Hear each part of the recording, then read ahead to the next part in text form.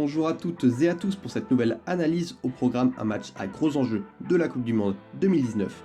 Cette dernière confrontation de la poule A oppose le pays hôte, le Japon, à l'Écosse. Le Japon peut en cas de non-défaite atteindre les quarts de finale pour la première fois de son histoire, en finissant même premier.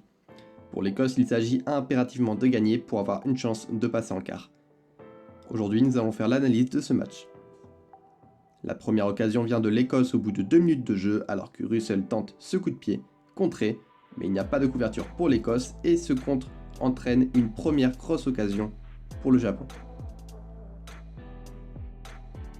Les Écossais insistent et Russell tente un coup de pied dans l'angle pour son ailier, mais un mauvais rebond sauve le Japon d'un premier essai. Le Japon qui défend agressivement, mais Russell va avoir un coup à jouer à droite et s'infiltre en échappant à 2 plaquages pour le premier essai du match, tout seul, comme un grand.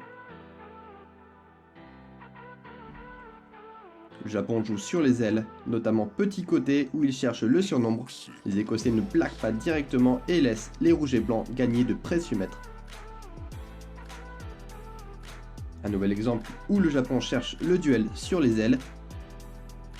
Ici c'est Leitch qui est stoppé. Les Japonais qui mettent autour des rucks beaucoup de déblayeurs pour compenser cette faiblesse qu'ils ont face à une Écosse qui aime beaucoup gratter les ballons. On le voit encore ici, le nombre de joueurs mobilisés autour de l'attaquant.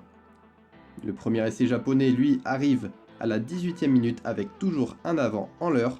Derrière, le 3 contre 3 est bien négocié, mais mal par la défense et cette offload magnifique de Fukuoka qui envoie directement Matsushima derrière la ligne d'essai. Le Japon qui envoie ses ailiers en premier attaquant pour défier la défense et la vitesse de Matsushima qui passe le rideau défensif. Le deuxième essai est réalisé par les avants avec ses offloads réussis encore une fois, et des Écossais assez laxistes qui subissent le jeu des rouges et blancs. Et le Japon qui passe en tête de ce match. Nagare récupère le ballon et exploite un gros surnombre petit côté, il est bien exploité et fera gagner plus de 40 mètres aux Japonais. Mauvaise défense encore une fois de l'Écosse. Le 9 récupère le ballon dans les jambes de 107 toujours pour mobiliser le 9 adverse et jouer des duels derrière. Quelques minutes plus tard, un nouveau surnombre est créé sur les ailes, le coup de pied est favorable et Hogg arrive en retard et ne peut rattraper Fukuoka. Sur cet essai est sifflé ensuite la mi-temps. Le Japon aura eu 74% de possession et a réalisé 120 passes contre seulement 22 côté écossais. Ces Écossais reviennent du vestiaire plus concentrés, mais un nouvel exploit va ternir leur début de mi-temps avec un grattage réussi de l'ailier qui élimine Russell par une accélération pour donner 3 essais d'avance à son équipe.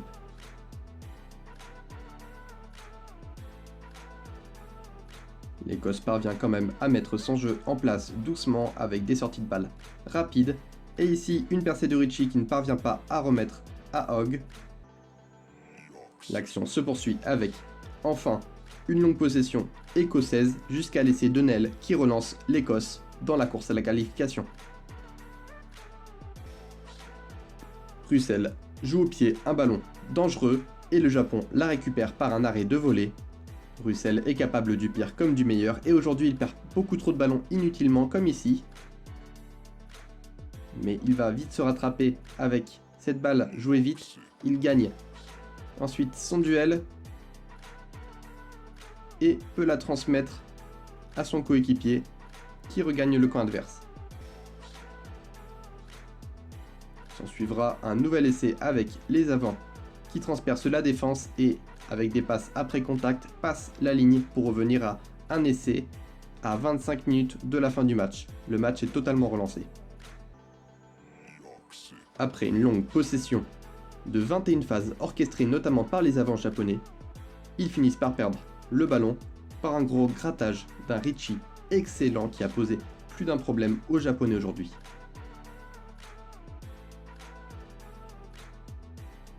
Les deux équipes ont réussi toutes leurs touches dans ce match, mais on s'attardera sur le jeu au pied, car c'est probablement une faiblesse japonaise perçue au vu du nombre de coups de pied réalisés par les Écossais.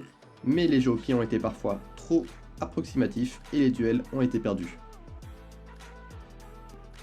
Les Écossais atteignent enfin les ailes où ils trouvent des espaces, mais un en avant aussi qui vient empêcher l'Écosse de revenir au score. L'Écosse a retrouvé son jeu, les deux équipes tentent de conserver le ballon. Il faut se souvenir que lors de la dernière Coupe du Monde, l'Écosse l'avait emporté 45-10 et même 100-8 en 2004. C'est donc un petit miracle que 4 ans après, le Japon renverse l'Écosse et finisse première de sa poule. Le Japon n'est pas impressionnant dans son organisation, mais a su compenser ses faiblesses et s'appuyer sur ses forces comme la vitesse. Les défenses ne faiblissent pas en fin de match, les Japonais se redéploient vite sur la largeur, et les Écossais, peu inspirés, sont bloqués. Le facteur X, Russell, essentiel dans son club du Racing, tente des choses un peu trop risquées dans ce match, comme ici, dans ce contexte, il rend une nouvelle fois la balle à l'adversaire. Là encore, Russell va utiliser le pied, mais ce n'est pas compris de ses partenaires qui n'ont pas suivi. Il faudra une erreur de l'ailier japonais pour qu'il conserve la balle. Quelques minutes plus tard, c'est tout un pays qui exulte devant une victoire méritée de Japonais vaillants qui auront tout donné dans ce match. L'Écosse ne se sera pas montrée à la hauteur du rendez-vous et repart du Japon sans avoir prouvé sa vraie valeur et les progrès réalisés depuis leur quart de finale perdu en 2015. Pour le Japon, par contre, c'est un vrai coup tactique.